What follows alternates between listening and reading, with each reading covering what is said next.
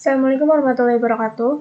Saya Ambar Mauliningsih dengan NIM 7211414995 dari Akuntansi B 2019 akan menyampaikan materi tentang sumber daya komputasi dan komunikasi. Yang pertama yaitu pengertian dari komputasi. Komputasi adalah sebuah istilah umum untuk segala jenis pemrosesan informasi untuk menemukan pemecahan masalah dari data input dengan menggunakan suatu algoritma.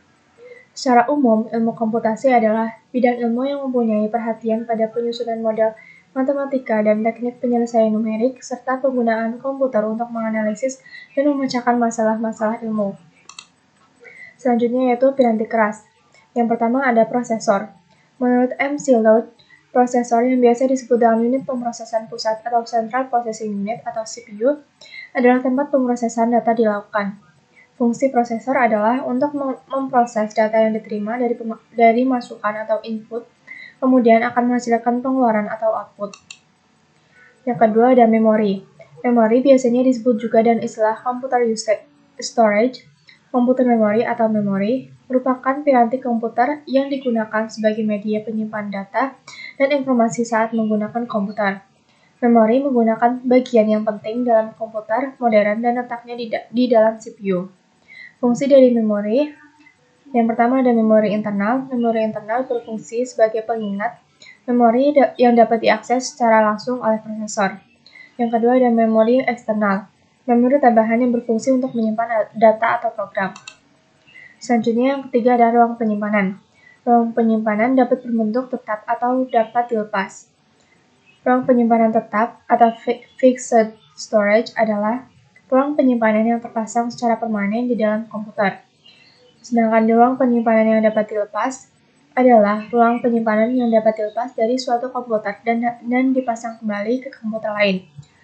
Contohnya adalah flash drive USB, compact disk, dan digital versatile disk atau DVD. Yang keempat ada alat-alat input. Data yang diterima manusia mengacu pada input yang diisi oleh seseorang yang mengetik pada sebuah keyboard, menekan mouse, menyentuh monitor, berbicara ke mikrofon, atau interaksi lain yang serupa. Data yang diterima dari mesin, data yang diterima oleh suatu alat elektronik atau mekanis. Itulah yang disebut dengan alat-alat input. Yang kelima ada alat-alat output. Suatu alat yang menyajikan dan atau mengirimkan data dari komputer kepada pengguna. Alat output yang dikenal luas berupa monitor dan printer. Yang keenam ada multimedia. Multimedia merupakan evolusi dari serangkaian input device dan output device yang digunakan secara bersamaan. Misalnya saja layar sentuh pada sebuah monitor.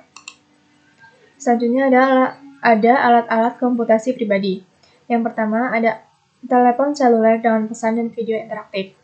Perusahaan-perusahaan pembuat telepon seluler populer telah membuat telepon yang menampilkan pesan tulisan dan gambar-gambar video pendek. Keypad, dan monitor menjadi alat input dan output.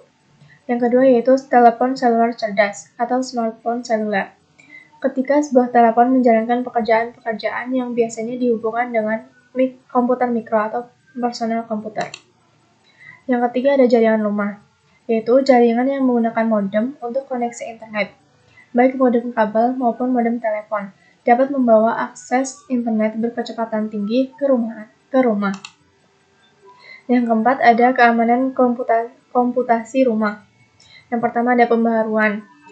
Kegiatan memperbaharui piranti lunak yang digunakan pada personal komputer atau mikrokomputer. Yang kedua ada hacker, orang-orang yang mencoba untuk menerobos masuk ke sistem komputer guna mengumpulkan informasi. Yang ketiga ada virus komputer, program-program komputer kecil yang menggandakan diri dengan memasukkan diri mereka ke dalam sumber daya komputer seperti program atau file. Yang keempat ada worm. Hampir sama kerjanya dengan virus, namun worm tidak menempelkan dirinya ke program atau file. Yang kelima ada spyware, program komputer kecil yang mengawasi apa yang sedang Anda kerjakan dengan sumber daya komputer Anda. Selanjutnya itu piranti lunak. Piranti lunak, terdapat dua jenis piranti lunak, yaitu piranti lunak sistem dan aplikasi. Piranti lunak sistem dibutuhkan untuk menggunakan komputer, sedangkan piranti lunak aplikasi untuk memproses data penggunaan. Yang pertama yaitu piranti lunak system.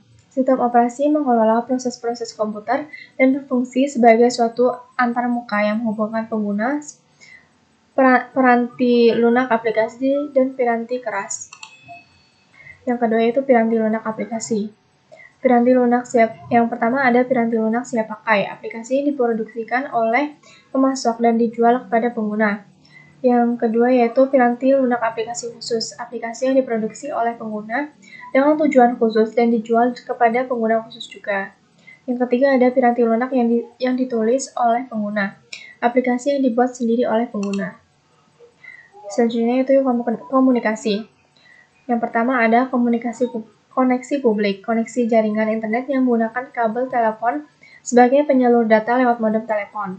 Yang kedua yaitu koneksi saluran pribadi, koneksi yang menggunakan sirkuit yang selalu terbuka untuk lalu lintas komunikasi data. Yang ketiga ada jaringan pribadi maya atau virtual private network, jaringan yang dibuat khusus dalam komunikasi internet tanpa adanya terminal atau link yang mengganggu. Yang keempat ada jaringan komunikasi jaringan. International Organization of Standardization didirikan pada tahun 1946. Organisasi ini menciptakan arsitektur standar interkoneksi sistem terbuka. Yang kelima ada protokol untuk komunikasi komputer. Computer System Network Architecture SNA membutuhkan satu komputer induk utama yang mengumpulkan komputer-komputer lain yang terhubung oleh suatu jaringan suatu urut-urutan, hampir sama dan menunggu giliran. Selanjutnya ada token ring, hampir sama dengan SNA, yang membedakannya hanya pada saat mendistribusikan data.